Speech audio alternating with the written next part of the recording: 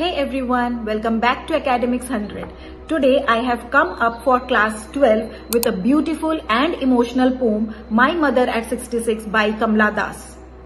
कमला दास अपने राइटिंग के लिए 3 लैंग्वेजेस का इस्तेमाल करती थी। वो हिंदी, इंग्लिश और मलयालम में लिखती थी। जब वो मलयालम में लिखती थी तब वो अपना नाम माधवी कुट्टी लिखा करती थी।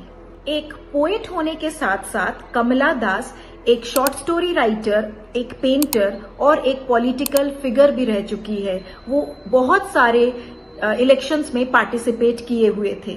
कमला दास सोसाइटी के जो पुराने ख्यालात है उसके अगेंस्ट में जाके वो लिखती थी।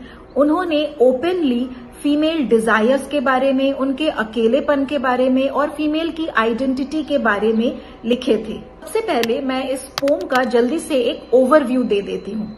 इस पोम के थ्रू कमला दास अपनी एक पर्सनल एक्सपीरियंस को शेयर किया है। जब वो अपने घर से एयरपोर्ट की तरफ ट्रैवल कर रही थी अपनी मदर के साथ, तो वो ये रियलाइज करती है कि उनकी मदर एजेड हो गई है और बहुत ज्यादा वीक दिख रही है और वो थकी हुई है, इसलिए वो अपनी बेटी कमला दास के साइड में ट्रैवल करते करते सो चुकी है। ये देख के कमला दास को रियलाइज होता है कि उनकी मदर के फेस में वो पहले जैसी चमक नहीं है, बल्कि वो एक लाइफलेस, एक डेड बॉडी जैसी दिख रही है। इस बात से अचानक से कमला दास बिल्कुल उदासी से और डर से भर जाती है, क्योंकि उनको रियलाइज होता है कि डेथ एक दिन उन दोनों को सेपरेट करने वाली है। कमला दास इस थॉट से अपने आप को डिस्ट्रैक्ट करना चाहती है, इसीलिए वो मूविंग कार के विंडो से बाहर देखती है तो उनको ट्रीज भागता हुआ नजर आता है और कुछ छोटे बच्चे बाहर खेलते हुए नजर आते हैं। पर फिर भी उनके डीप इनसाइड कहीं ना कहीं ये डर तब भी मौजूद था।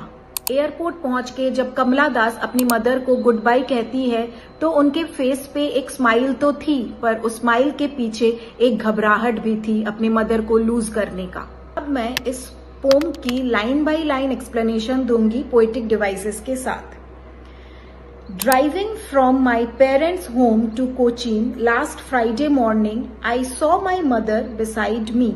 यहाँ पे पोएट अपनी जर्नी सेट करती है घर से एयरपोर्ट की तरफ, जो कि एक रेगुलर कार राइड थी जो इमोशनल बन जाती है, क्योंकि यहाँ पे कमला दास अपनी मदर को वैसे नहीं पाती है जैसे वो अपने चाइल्डहुड के डेज में अपने मदर के साथ रहा करती थी, क्योंकि उनकी मदर अब एजेड हो गई थी, वीक हो गई थी और थक के वो अपनी बेटी के साइड में कार ट्रैवल में सो चुकी थी। Dozed open mouthed, her face ashen like that of a corpse and realized with pain।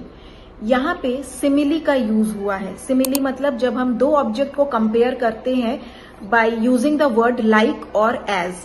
तो यहाँ पे जो कमला दास अपनी मदर की बॉडी को एक डेड बॉडी जैसा कंपेयर करती है और ये भी उनको रियलाइजेशन होता है कि अब उनकी मदर एजेड हो गई है और उनकी जो डेथ है वो नियर है।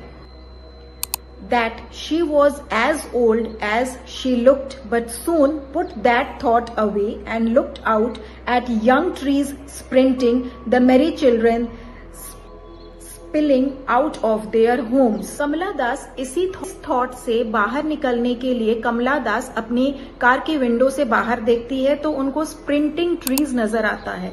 स्प्रिंटिंग का मतलब है भागता हुआ ट्रीज। जब हम कार में ट्रैवल करते हैं तो ट्रीज अपने डायरेक्शन से ऑपोजिट वे में भागता हुआ नजर आता है, तो इसी को स्प्रिंटिंग ट्रीज कहा गया है। और इसके साथ साथ वो कुछ बच्चों को भी देखती है जो अपने घर के बाहर आके खेल रहे थे।